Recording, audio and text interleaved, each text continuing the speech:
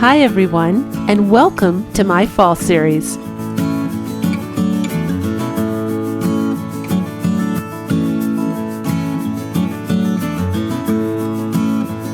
And if you haven't yet subscribed to my channel, I'd love it if you click that button.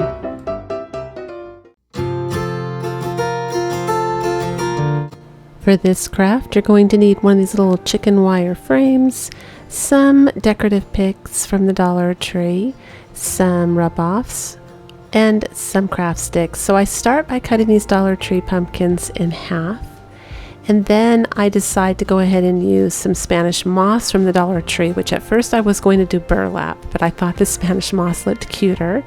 And I'm just gluing these little pumpkins down now on the Spanish moss.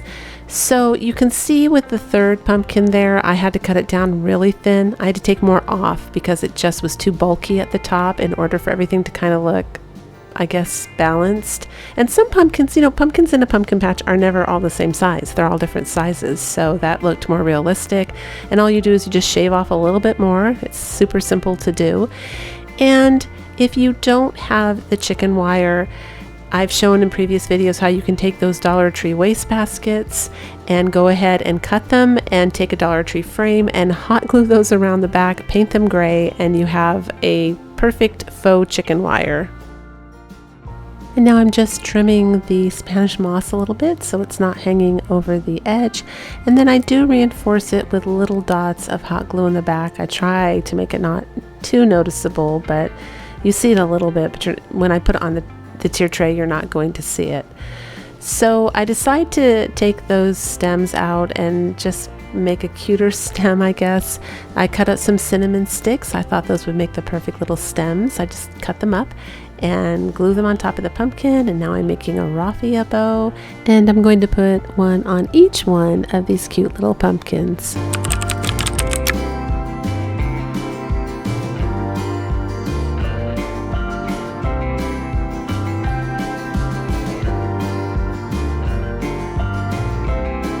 So now I'm using my craft sticks, and I'm just going to make a cute little farmhouse sign for the top of this sign. Now, even if you don't like farmhouse, if you're not into it, there is something about fall. We all have to admit it, because there's those pumpkin patches, and if we have kids, even if we don't have kids, we might go there and you see the tractor ride, you pick a pumpkin, you just do the whole little fall thing. So it kind of becomes farmhouse. Even before farmhouse was really on trend, it became farmhouse ish during fall. So I'm doing that for this theme here. Maybe I'll do some modern DIYs for the fall. I was thinking that might be a fun change. I'll put that in my little community section at some point and have you guys vote on that to see if you're interested in that. But what I did with the craft sticks on the edges, I cut them straight, and then I just took my clippers and kind of dug in the edge of them at a vertical manner, I guess, so to make little cuts and uneven edges to make it look a little bit more like a rustic farmhouse sign. Next, I'm going to give it a rough coat of some white paint so the edges are still showing. I give it a quick blow dry, and now we're going to do a transfer on there. And unfortunately, I did not let the paint dry quite enough, so you can see I lost some of my transfer, but no big deal. I just take my brown permanent little Sharpie marker here and touch it up. It's a little bolder than it would have been, but it still looks awesome. And that's it. I'm going to glue it on the top of the sign now.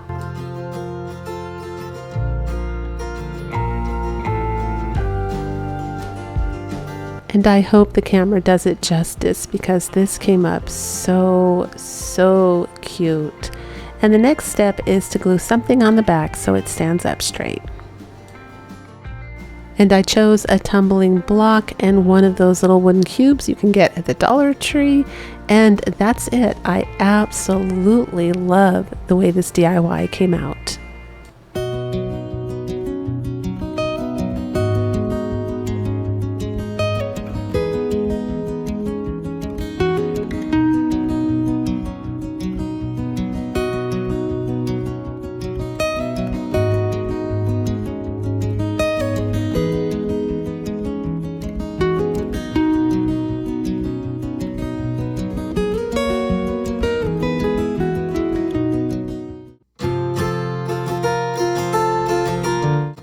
This is my inspiration piece, and again you're going to need some of the towering tumble game here, and you're going to start by gluing them together in a formation where you have 3 and then 3 and 2 sets of 6, just like that.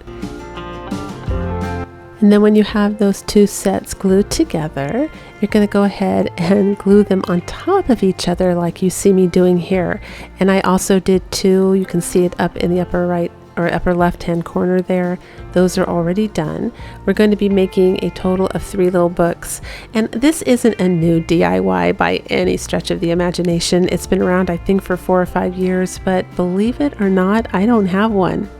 And I want one. They're so cute.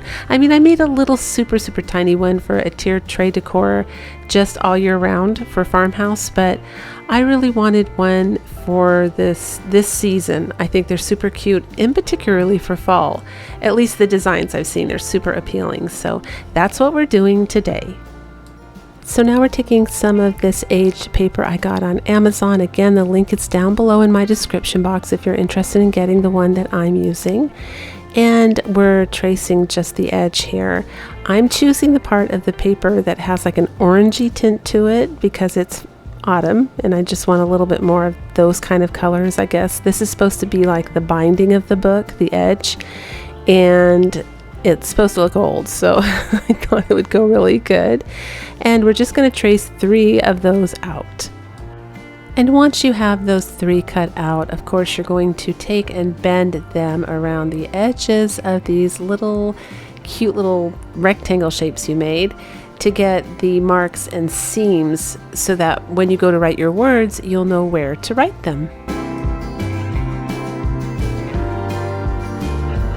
And of course, I'm freehanding this, so if you choose to do it that way too, I recommend that you do it in soft pencil first.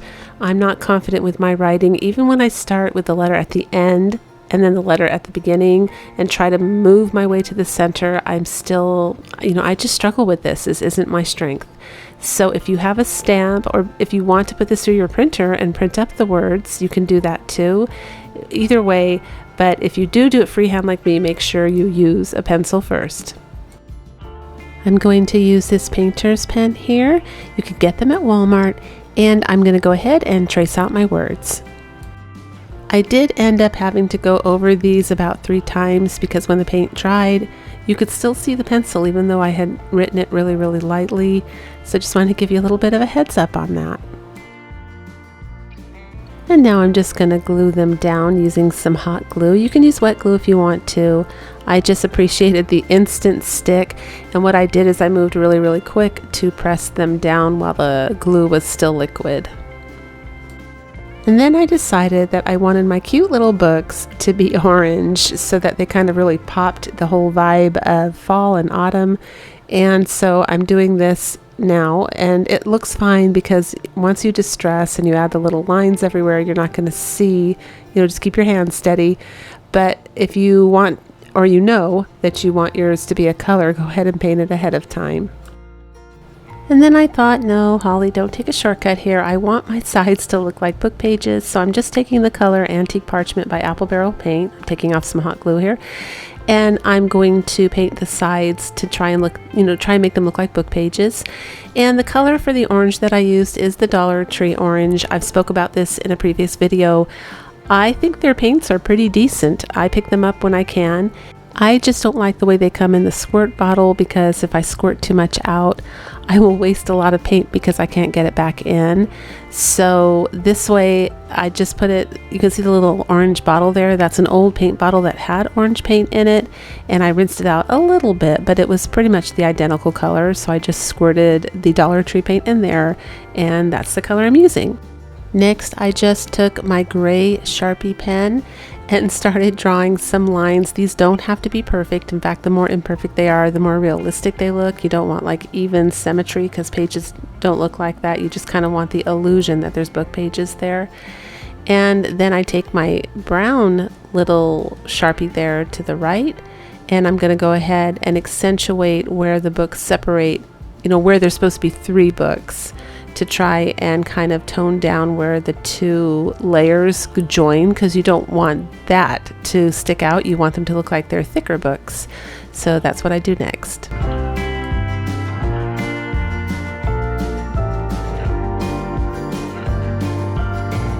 I also go around with this little brown Sharpie here and I outline all of the books. So along the seam where it's supposed to be the binder, in between, I just kind of use this to distress it a little bit and just accentuate the detail that I want to stand out more.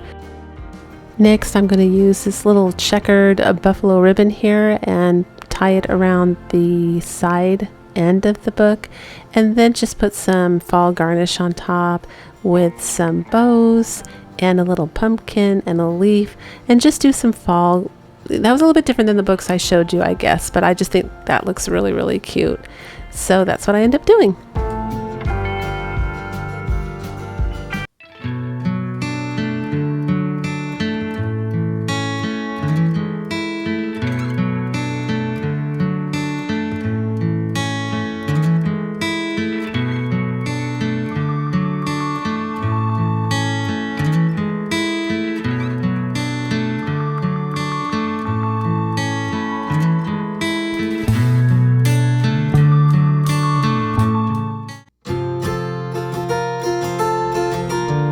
For this DIY, you'll need a window box. I got mine from the Dollar Tree, and this printable I designed that is available down below in my description box. Just click on the link and it will take you to it. And the first thing I do is cut off the top sign there. I'm going to save that for another DIY, and I give it a thick coat of white paint. Now the camera turned off again, and I guess there's a program I can download from the actual manufacturer website and run it through my camera so it stops doing that. So hopefully I will figure that one out. But it's super easy. I just took a glue stick and I spread it on the back of the printable. Glue stick worked just fine. I just covered it really, really thick, and then I pressed it down inside the frame, and now I'm just adding a little Spanish moss. And because it is a window box, I'm just trimming it up a little bit to look nice and neat. But what would a tiered tray be without a window box? You always have to have one or two of those. It always looks so, so cute during the holidays. And now I'm using one of my favorite methods for a really soft, kind of blurry distressing is a blush brush with some antique wax. And I'm just going to kind of lightly, very lightly distress this just so it doesn't look so, so clean. I want it to look a little bit rustic. And that's it, but it came up so cute for a tiered tray.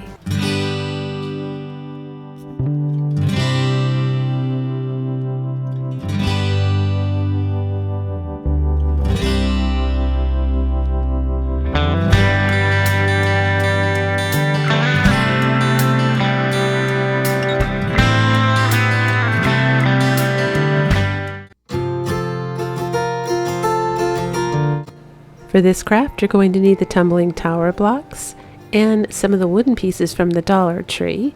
And if you don't have those, you can always use a wine cork. I'm showing you here. It's very, very similar, and they all come in different shapes and sizes. And then we're going to be taking those towering blocks and gluing them together. The first set you're going to do is a set of 6. I did it right at the top there. You can see above my hands. And then the second sets are going to be little sets of 2.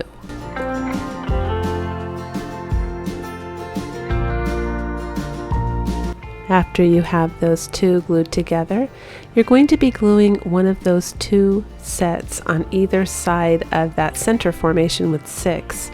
So you'll kind of have like a cross shape like that right there. You're going to be doing that, and we're going to be doing it 3 times, and then a set of 3 and then a set of 2.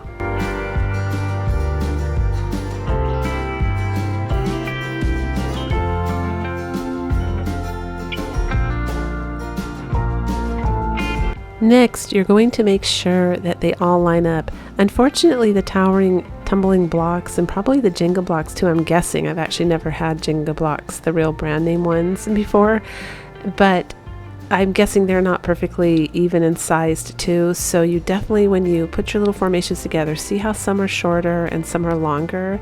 The most important part is that your base is even so that it's not crooked and rocking and rolling there.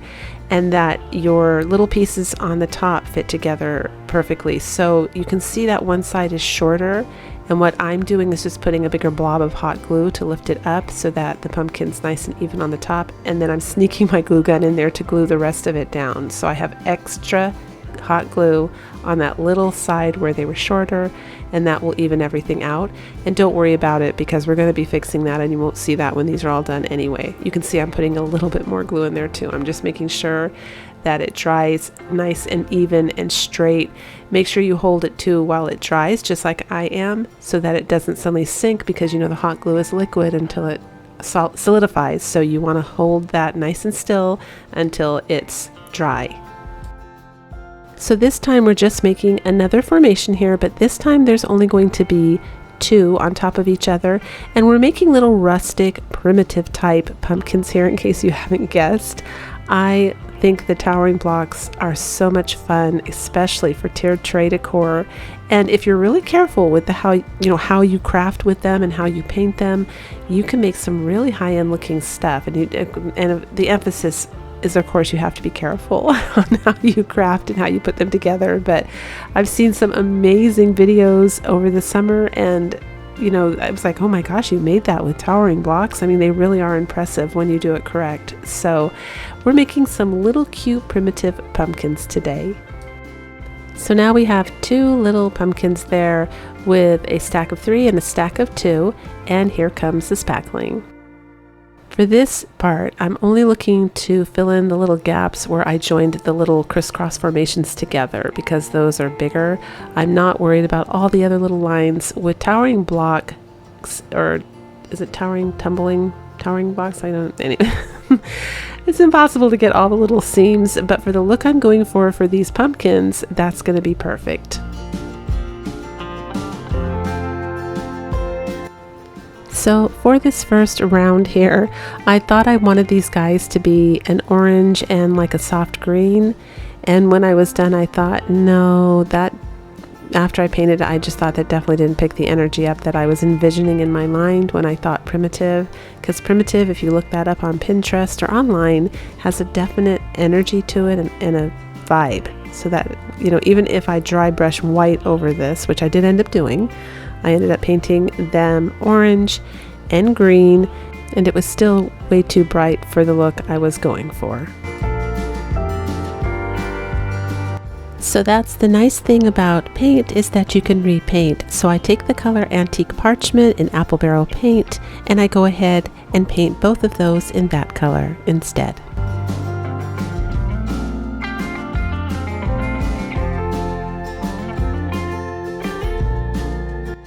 And after all that, I'm just doing some dry brushing here with the antique wax. This is down below in my description box. You can click the link, it will take you right to it if you're interested in the one that I use. And I'm just making it look a little distressed here, a little bit more like a primitive pumpkin.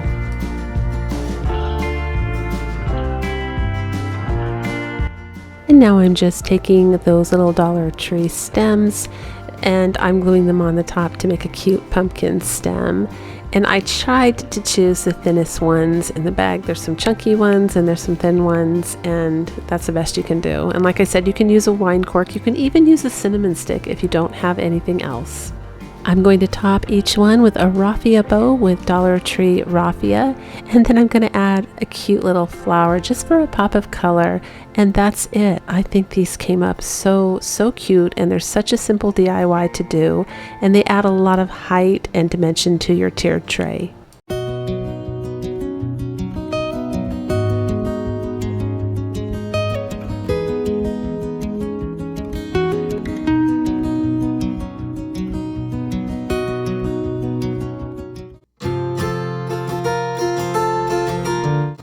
So this is my inspiration piece. This is real, but I just love the vibe and the feeling that it gives me. So I want to try and recreate this for my tiered tray.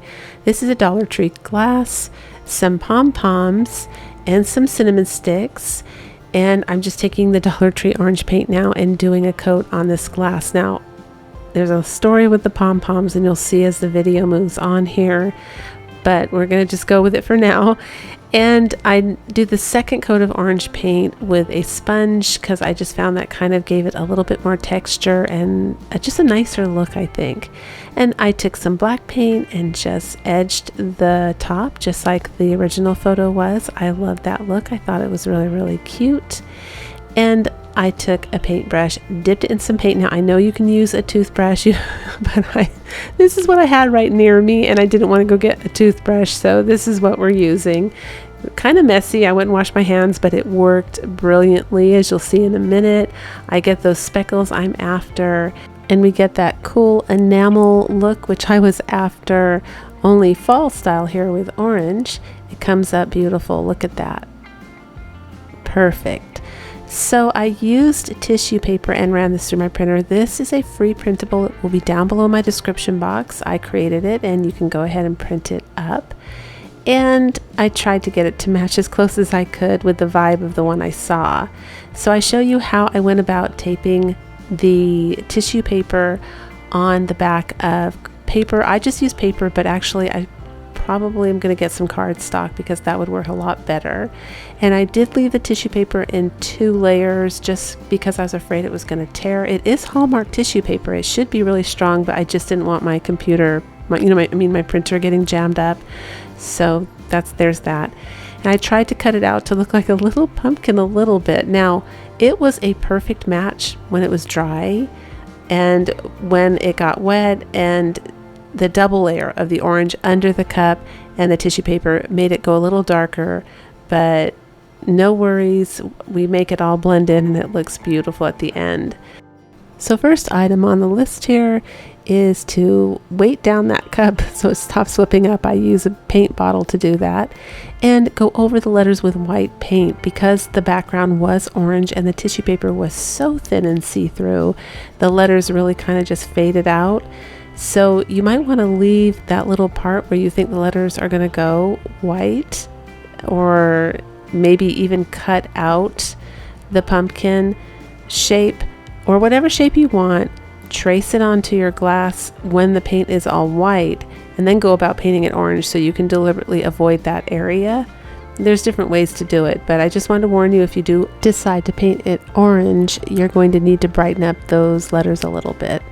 And then I decide to use a heart template and add a heart to the left of the writing. And then I just stick some paper towels in there and lay this cardboard on top that I traced and cut. And it's kind of a little bit bigger so that there was counter pressure so it stays nice and even. And I'm just gluing my cinnamon sticks down and the pom-poms down now to try and recreate the look that, is my inspiration piece. I glue all the pom-poms on and I'm thinking this looks okay, kind of looks like marshmallows, it looks cute. But then I go and I sprinkle cinnamon on it. And as soon as I do that, for whatever reason, I looked at it and I thought, oh my gosh, it looks like I used cotton. And suddenly that whole expensive kind of cute higher end look disappeared. I didn't like it, and I kind of just thought, no, it's fine. And the next day my husband goes, oh, that is such a good DIY. That's so cute, but except for the cotton part. So I went, that's it. So this is what we do next. We tear it off, but actually I didn't have my camera rolling. It was on there very, very good. So you can see how I actually tore the cardboard a little bit underneath because I had to put the tweezers underneath there to tear it up. It was stuck so hard. And I cut all the cotton off. I ripped the cinnamon sticks off. And you can go cut a new piece of cardboard if you wanted, or I could have done that, but it was such a perfect fit that I didn't want to. So I just go about repairing this basically, and I take a little bit of tape and I just tape that up and turn it upside down, and we start again with another idea. So I grab my joint compound. Now you can use spackling for this, it's just mine's getting a little drier than I'm comfortable with, and it tends to dry with too many cracks. And I remember when I was reading about joint compound versus spackling that the joint compound has oil in it and it takes longer to dry, but it's a little more flexible. So I thought just intuitively that would be a better choice.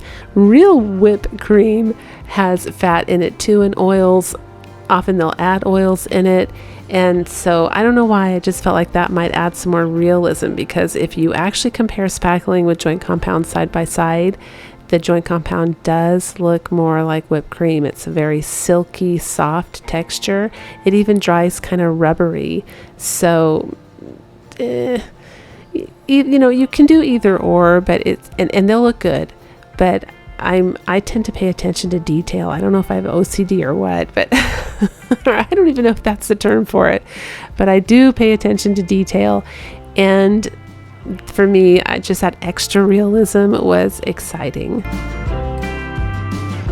And then I just treat this like I do with my banana cream pie that I make for real at home. I take the knife when I put the whipped cream on top and just kind of tap it to create these little peaks and points, and I think it looks so pretty that way. And of course, we can't forget the cinnamon, so I sprinkle a little cinnamon on top, and this also makes a great air freshener, you guys. This is the next morning when it's dry, and unfortunately it's unavoidable to kind of mess up your little black rim. As you can see, I do have to go back over it with a paint pen, and I just kind of add in all those little details. Just taking a Dollar Tree permanent marker to touch up where it's white on the cup, and that's it. I love this DIY.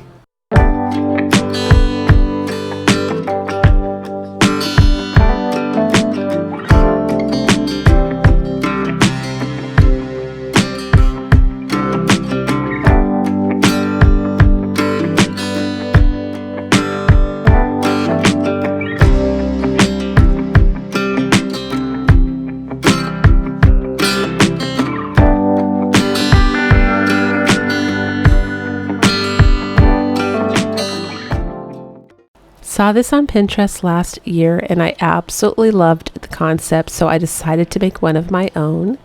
I went to Home Depot and I bought 2 of these and 2 of these, and then I cut them.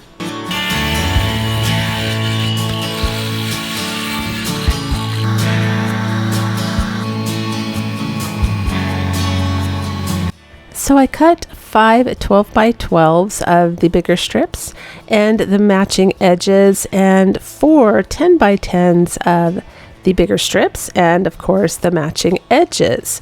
For the edges, you will need to make subtle changes as you go, and so I won't be able to give you exact measurements for that. You're going to have to measure as you go to make it fit your piece. This is a table leg. My son had 3 extra ones from some project that he did, and he asked me if I wanted them, and I said, oh my gosh, yes. If you don't have one of those little chair legs, wooden candlesticks that you find at the thrift store all the time, even glass ones if you're going to paint your tray, would be an absolute perfect substitute.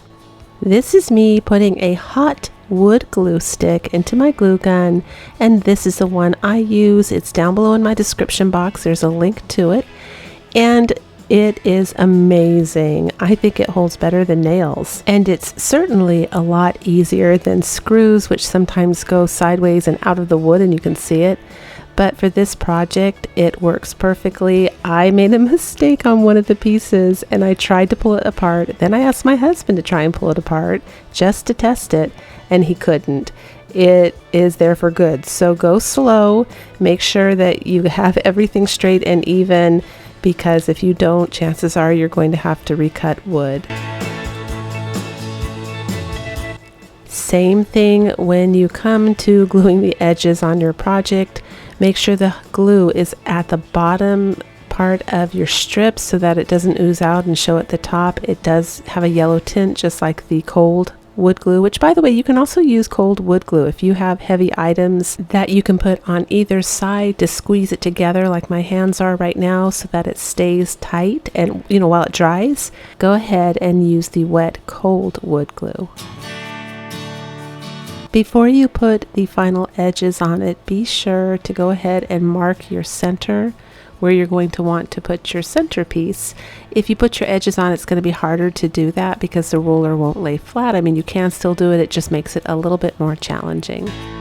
I liked to glue from the left and the right side, so I measured it I don't know if you noticed I turned my tray. I measured it when it was turned, but when it came to gluing, I found it easier to go, have the pieces I needed to glue on the left and the right hand side. You can do whatever works for you.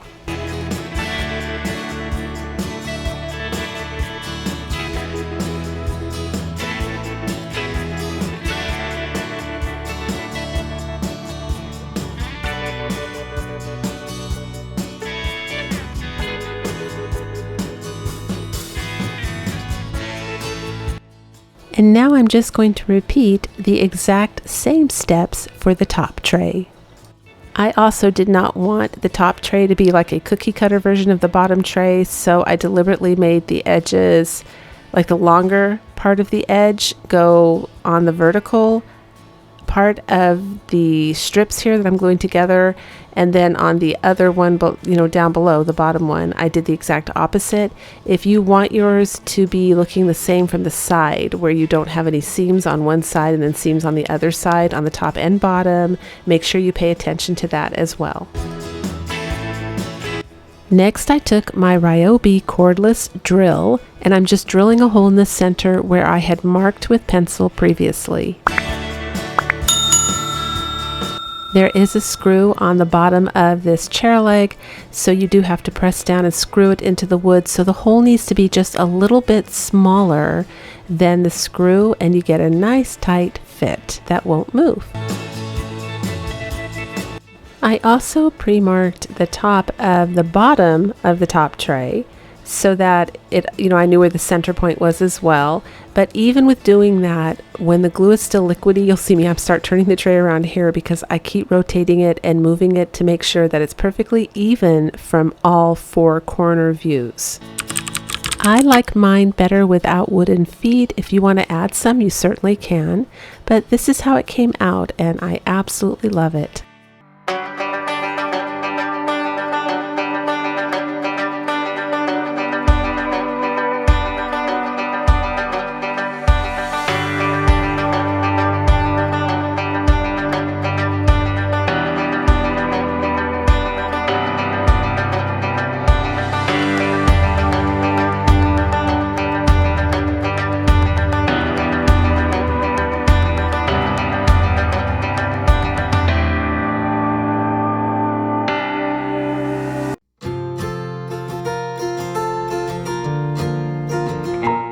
For this DIY, you're going to need 4 bottle caps, some tumbling tower blocks, some craft sticks, and some decorative picks and wood of your choice. So I started by gluing a set of 3 together and a set of 4. So you'll see the 3 on the left, and I'm just finishing up the 3 on the right, and then there was one in the middle that was 4. And now I'm going to glue those together like this. Next, I'm going to measure and cut my craft sticks so that they fit on the side. We're making a little wooden wagon, you guys, just so you can envision what I'm trying to do here. And then I'm going to glue those sticks up along on either side, kind of like a wooden crate, but it's instead of having little spaces in between, although I think crates sometimes don't have spaces either, but so we're kind of doing like a little crate wagon, I guess. And then I just took those green scissors and trimmed off the excess that was hanging over the top. Next, I'm going to paint my wheels with an all-purpose black paint. And I painted little white spokes on them, and I went, that is just too loud and obnoxious. So I painted the top surface there where the wheels show with the antique parchment from Apple Barrel Paint. And then I went ahead and used the Territorial Beige from Apple Barrel Paint to paint the spokes, and then just to kind of roughly dry brush the wheels. I did paint the back side of the wheels black as well. I'm just showing you all of these steps in case you want to duplicate this exactly. You can skip the black if you want, but it did have a primer in it, so it was helpful with holding on the paint. If you do just use acrylic paint, this is definitely a craft I would suggest misting with some hairspray or misting with a little bit of varnish after the paint dries, just to make sure the paint doesn't chip. And You can go to the Dollar Tree and find little wheels off race cars and bikes, but it makes it a much more expensive craft. So if you're trying to keep your costs down, this looks totally cute, and it was free.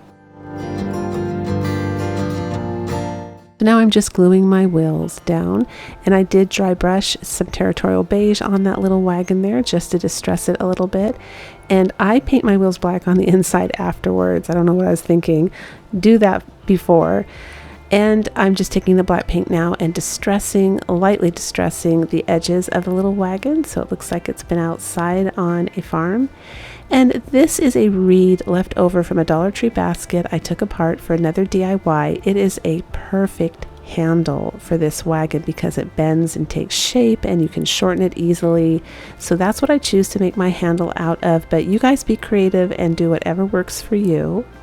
And of course, I paint the handle black on the top and on the bottom.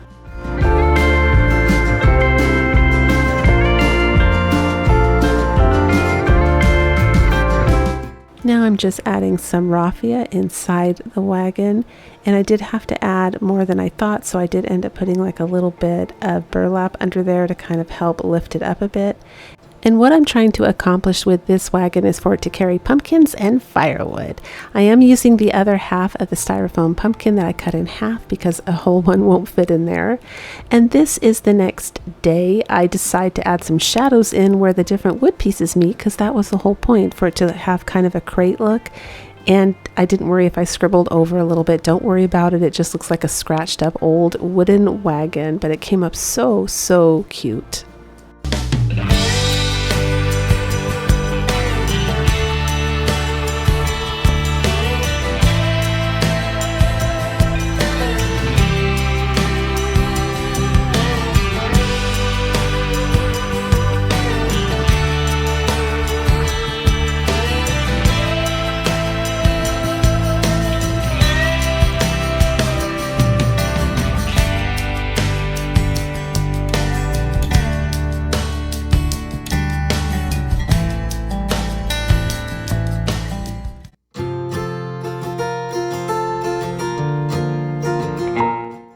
For this craft, you're going to need a small pre-made mason jar and this free printable here that I designed. It will be available for you down in the description box.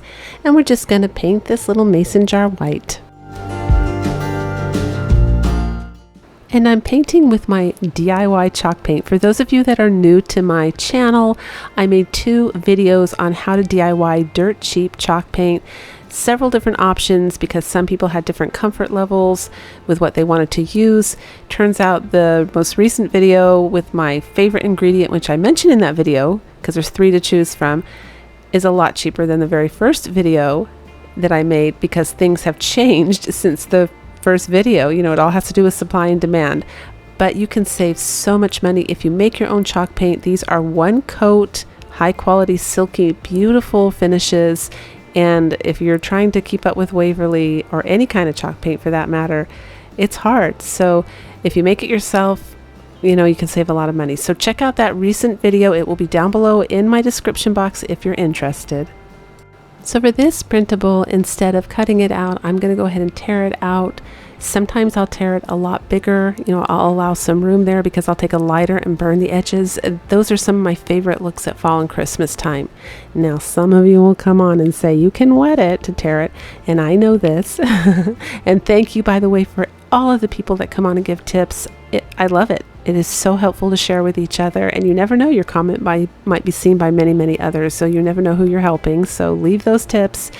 But personally, when I do side-by-side comparisons with wedding paper that I tore and tearing it this way, the difference between the edges is minuscule. So, and also I have found when I wet the paper, sometimes the paper the moisture goes too far and I end up tearing it by accident into the words. So I just prefer to do it dry.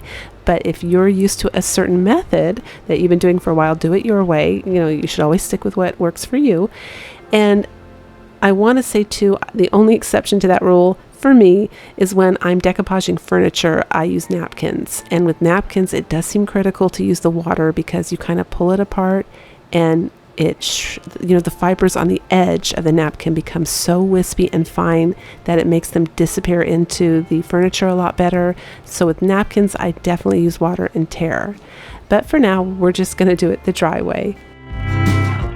And now I'm just going about drawing those faux shiplap lines on this. Now I purposely don't measure them evenly apart because I think it looks more legit. If you actually go on a farm where they're doing pallet signs, the different wood that they use is usually different widths and kind of just random.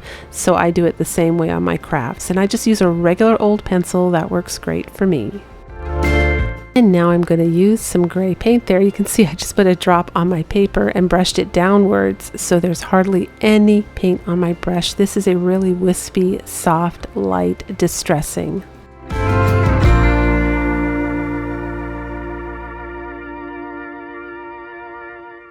And using one of my most favorite ways to apply paper, because it's almost a foolproof, wrinkle-proof method, is using the Dollar Tree glue stick. And I'm just going to go ahead and glue that down. And then after it dries in about 2 hours, I will take it outside and put a clear varnish over it, just a mist. I'm not doing a big heavy varnish because this isn't going to get a lot of heavy use. And then using some of that gray paint again, I used it on the edge of a sponge just to softly go around the edge here and lightly distress this little piece. Now you can see I made a boo-boo, and this is why I always say, oh, it's so good, it's paint, you can just paint over it. I'm just going to hit it with some more white paint and then just do a little bit more distressing. I'm leaving mistakes in now because a lot of you are coming on and thanking me for that, to see that I do make, boo-boos and I have to make adjustments. That's how you get your perfect piece, and don't get discouraged by that. It's all part of the creative process. It's all part of what should bring you joy. It's fun. Just have fun. Remember, it is just supposed to be fun. You're making beautiful home decor that will bring you joy when you look at it. And this was meant originally to be a hanging piece, so I'm just using some wire clippers to clip that wire off. I'm going to use a tumbling tower block as a stand in the back. We're going to hot glue it on, and that's it. I absolutely love the way this came out.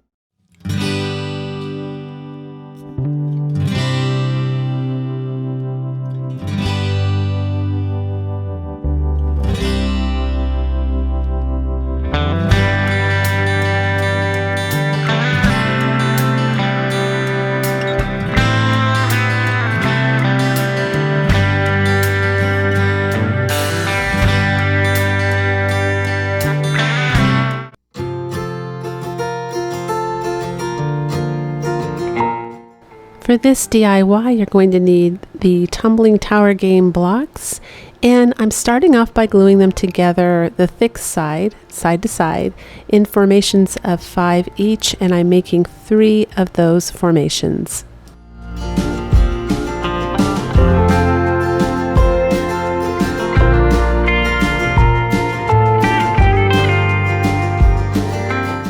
Once you're done with that, you're going to glue all 3 of these together to make one big cube shape.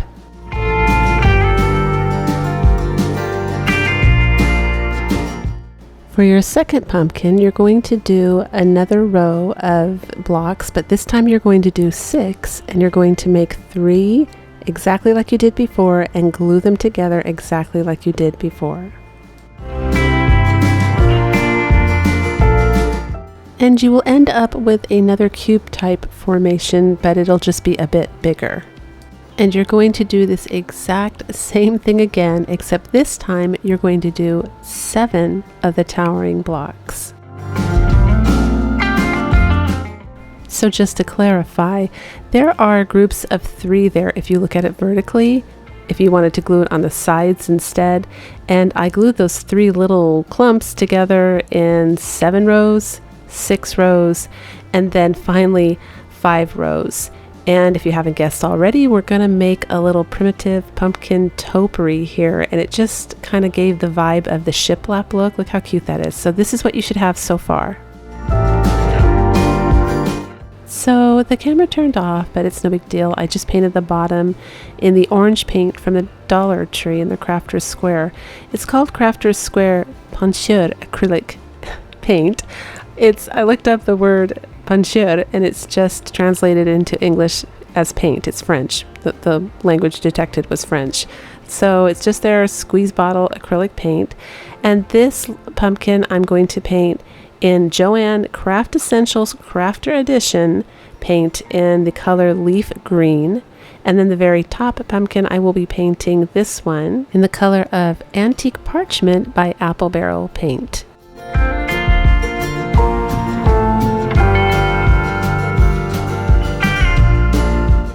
Next, I'm going to give my little pumpkins a quick blow dry, and then I will be using the antique parchment to do some dry brushing over the two colored pumpkins. Well, I guess they're all technically colors, but I can't obviously distress with the same color on the antique parch top little pumpkin. So this is just going to be for the orange one and the green one. And then for the top little antique parchment pumpkin, I'm going to use territorial beige and do some dry brushing with that. And now this is what you do when you make a mistake. You can see here I put a little bit too much on, so it blobbed, and all you do is take a wipe, rub it out, and make it look nice and soft, and voila, keep going.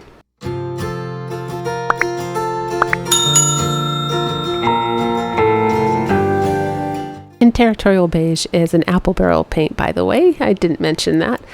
But here I am taking the Dollar Tree Spanish moss, and I'm just kind of forming it into like a little bird's nest, I guess. I decided that moss in between each one of these little pumpkins would be so cute. So I'm just kind of making it thin enough so that it doesn't tilt the pumpkins, if that makes sense, because I want to make sure that they're nice and flat. So I just kind of made it really wispy there. And I'm going to do this in between the orange and the green, and between the green and the cream colored one as well.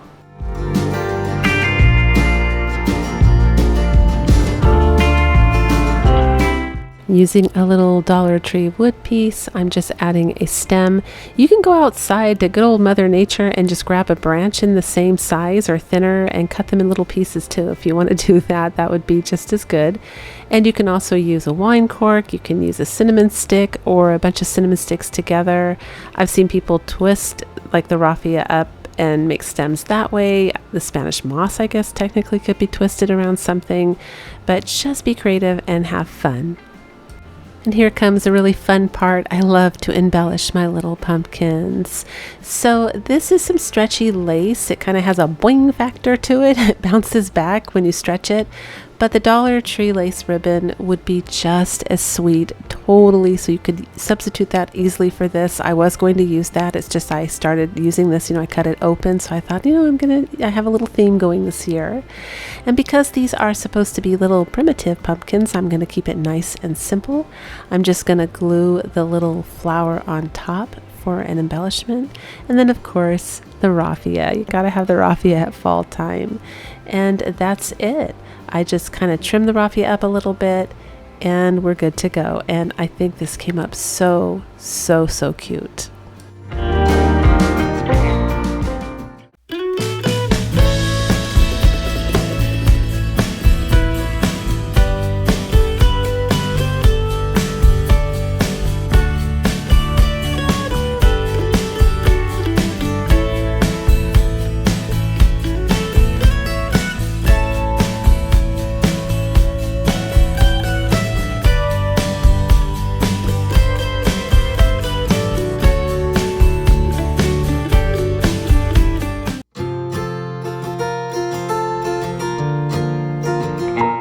So for this craft, you're just going to need anything round and some florals. For those of you that watch my videos, you might remember I've been cutting off little bits of floral pieces and garnish from this old candle centerpiece. And I realize the center of it is round. So even though it's broken there, I'm going to go ahead and tape it together and use this to make a little mini wreath.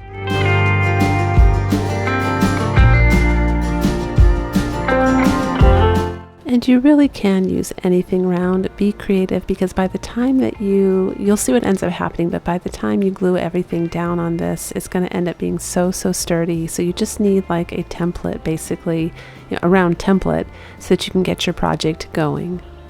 So what I decide to use to reinforce this and make it really strong and give me a nice base to glue on is an old leftover mop thread. Like I did projects with some of the Dollar Tree mops, and I have some of the threads left over.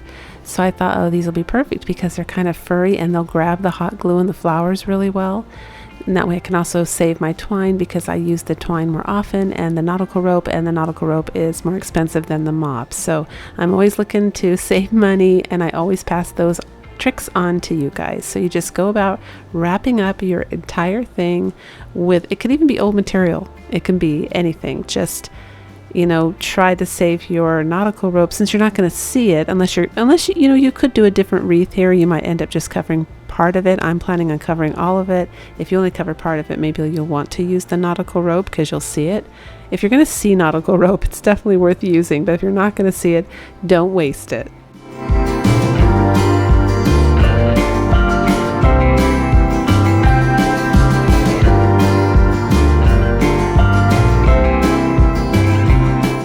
So the next thing I decide to do is take advantage of this nice foundation I have now that's like really, really, adhesive, and take some Spanish moss and just go about covering this a little bit too. So I'm just covering the entire piece because you'll see the back of it too. So I cover the front a little bit with the Spanish moss and the back a little bit.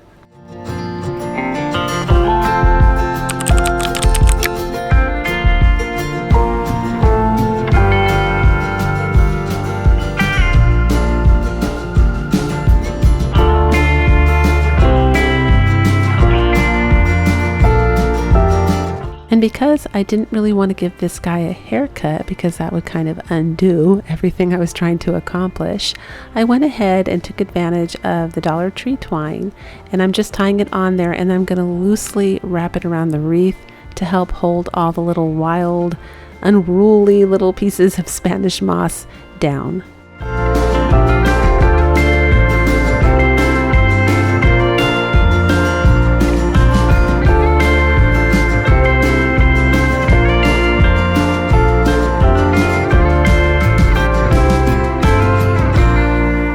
So I just go about choosing some really festive fall colors from the Dollar Tree picks, and I cut the little flowers off, and I'm just going to go about decorating my wreath now. Then I choose to glue some rose hips down, and I think they're rose hips. That's what my rose hips look like, and they usually happen around this time of year, so I'm pretty sure those are rose hips. But in person, they look really fluorescent orange and kind of cheap. And I know if I leave my rose hips on my rose bush for too long, they'll get like a mold on them or some kind of, it's not a mold, I think it's like a fungus. It looks whitish. It gets like a whitish frost look on it, but then it looks more real. It adds more realism because these they might look okay on the film, but in person they just look like cheap, super fluorescent plastic orange, and so I do tone those down a little bit, and you'll see that in a minute. So I end up using my finger with a little white paint and just tapping it on to imitate the look of the either fungus or mold that my rose bush gets outside. I have a wild rose I planted. It's absolutely gorgeous and hardy. Nothing kills that thing. It comes back healthy every year, but it's very prone to funguses. And a wild rose means it's one of the original roses that the early Romans wrote about before they did hybrids. It's absolutely gorgeous. And I don't spray my yard because there's hummingbirds and bees all around me, and they regularly feed off of these things, and they are struggling with pesticides and food. They just don't need it from the homes because I think they're running out of food, and then what they can find is often tainted. So I have sprayed before. I try to use things that aren't toxic, but again, you just do your best. But anyway, I just thought this softened them up quite a bit and made them look a little bit more real. I added acorn tops on the top that I collected last year, and I'm going to add a raffia bow. These colorful little wreaths like this are a great way to subtly add a pop of color to your tier tray without it being overpowering, and I love them for that reason.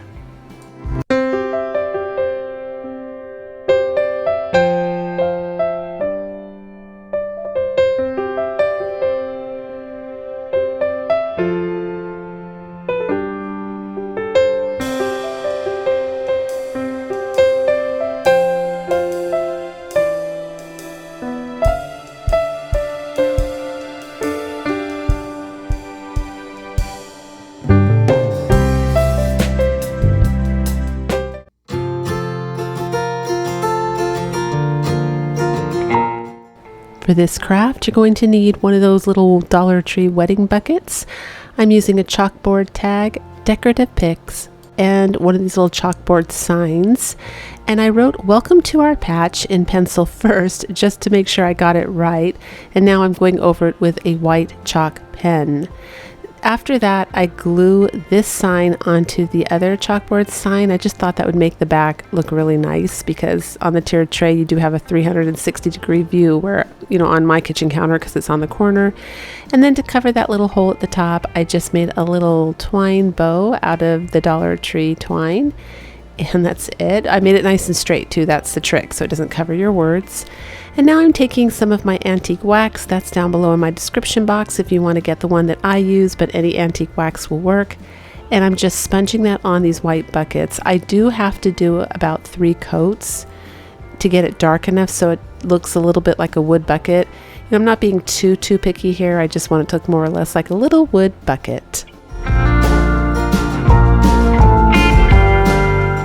And now I'm just taking a Dollar Tree pool noodle and I'm using it as a filler inside the bucket. You do have to make it really tight if you want your sign to stand sturdy. So I think I put 3 little pieces on top of each other and then one down the side. I'm like, stay. It keeps wanting to move. But anyway, it works. And I just poke the sign down the center there. And then I take some raffia and I think I want this to look like hay. That's going to look so good. And I cut it up. It takes me like 15 minutes to cut it up into little pieces. It's actually kind of funny. And I glue it down all over the top of this. But then I end up doing something different. Well, not different. I just add to it.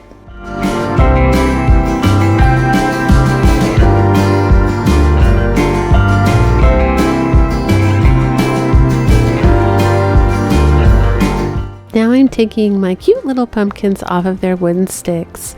This project was definitely a work in progress because I just kept upping the cute. It's like upping my cute ante. So I finally get them floating like they're on a little nest. I think, okay, that looks good. That's what I wanted. But then I thought, wait a minute, I live by pumpkin patches. And part of what makes them so cute when you drive by is seeing all those little bright orange circles. You see all little, even if they're not bright, you see orange. So I didn't quite like the neutral color for that because I already had a lot of neutral on my tray.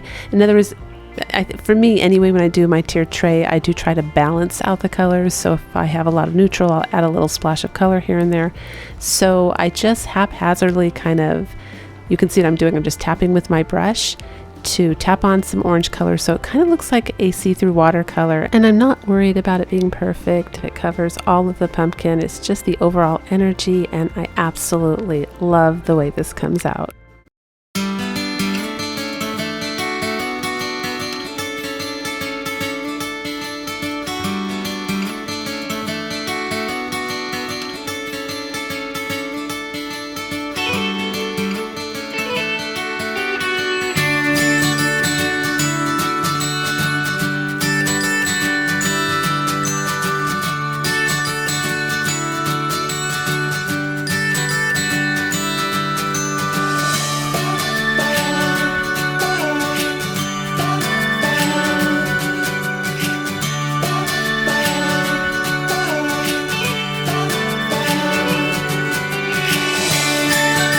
If you enjoyed today's video, be sure to give it a thumbs up. It really does help me here on YouTube. It helps YouTube to notice my channel a little bit more. And as always, until the next video, breathe deep, fret not, and do things that make you happy.